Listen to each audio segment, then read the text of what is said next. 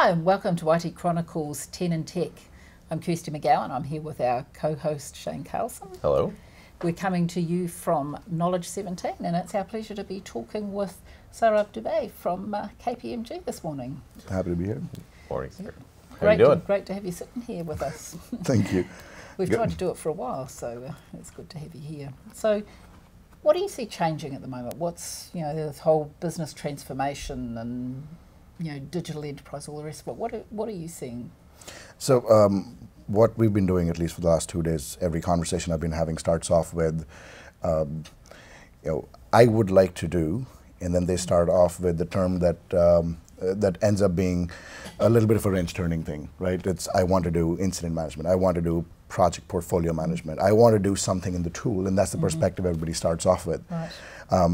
However, based on the last 6 years of history of how we've seen the product develop, everyone starts off with a little bit this, a little bit that, and very soon it's, my company wants to do this with that, and we get into a place where they realize, oh crap, we forgot completely about governance, and how do we now control things that are coming in? How do we control things that people are asking for? And most importantly, can we do that to a certain extent?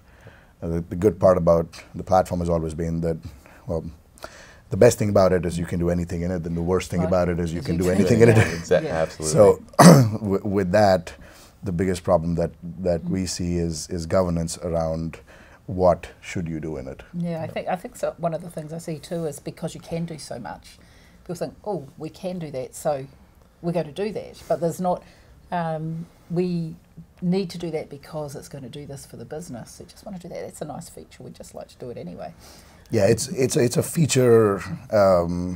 It's like, I've got a bunch of features and I can give this, and it's flashy, so it's great. But it's not. Did somebody do the effort to actually say, is this a need? Is this a requirement?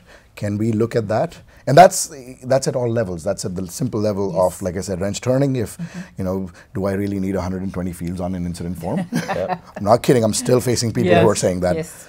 And at a much higher level, just because I can do, I can create a custom app that can automate my entire life. Should I do that? Yeah.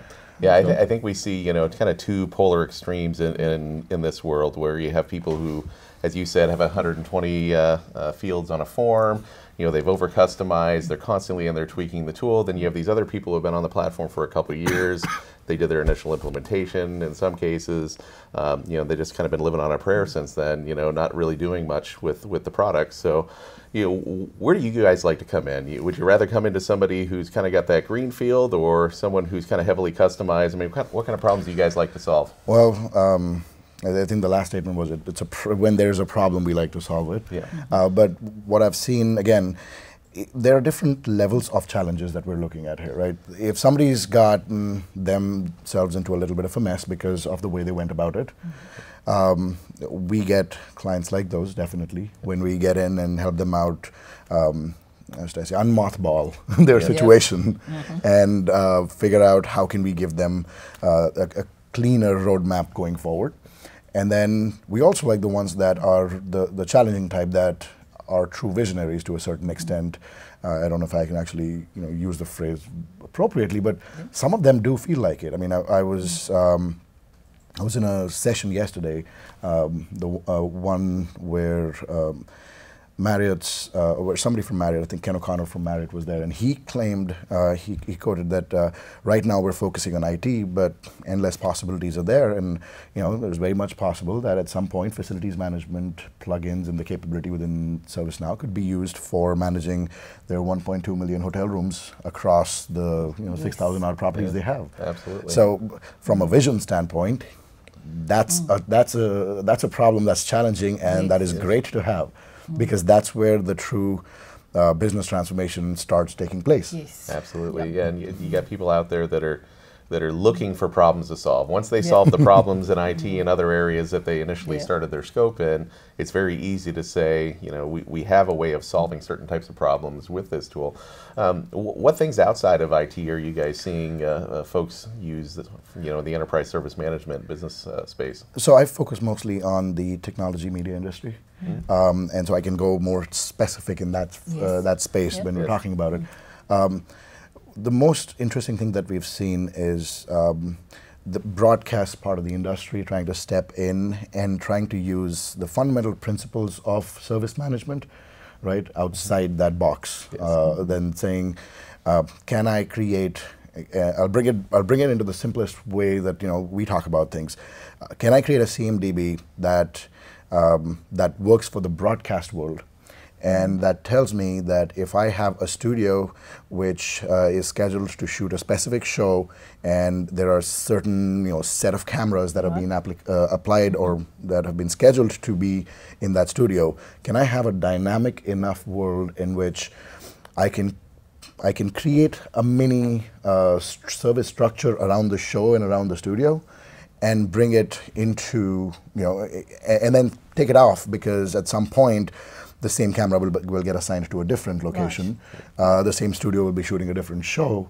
So can we get to a place where we can use the principles of service management and apply them towards the broadcast world? Excellent. Right, the same way, and there are a lot of similarities if you think about it. At the end of the day, it feels kind of like IT if you do a deep dive into it, because you've got the same type of equipment. We've got servers and routers on our side. There are AV routers and controls and control rooms on the other side. And eventually, it looks very, very similar to what we would typically work with. But it's the perspective that says I can take this one step outside, and then maybe, you know, a few more steps outside. And the mindset, I think we've talked about this over the years, the mindset comes from starting to think from the perspective of service. I'm providing this as a service. It's not an IT service. We all get that. We call it broadcast service, call it business service, call it whatever you want. But when you start thinking from the perspective of service, and you start thinking from the perspective of, I've got the same problems in providing a service, whether I'm doing it for IT, whether I'm doing it for any other part of the business. The principles don't change. Exactly, right? I'm still trying to do it at a certain cost, trying to provide a certain performance, trying to keep up to a certain level of quality. Still the same thing. Exactly. So, what else are you guys kind of finding when you look at creative ways in which businesses are using technology platforms like ServiceNow to solve bigger problems? What are the kind of the surprising things you're finding out there? So surprise, I would say, lies in two different places. Again, it's one where people are trying to do things where they themselves as an organization aren't ready for, right? And this is where the power of the platform becomes the problem of the platform, to a certain extent, because again, going back to I can do anything in it, right? So why not do it? The thing is, your organization is not at that place where you're ready to do it. Sometimes it means, for us as a solution provider, sometimes it means helping you get to that stage first before we actually build you that solution from a technology standpoint. And on the other side, when you think about you know, just the way people start thinking about these things, and you know, can I do this? Can I do that? You get the one-off ones.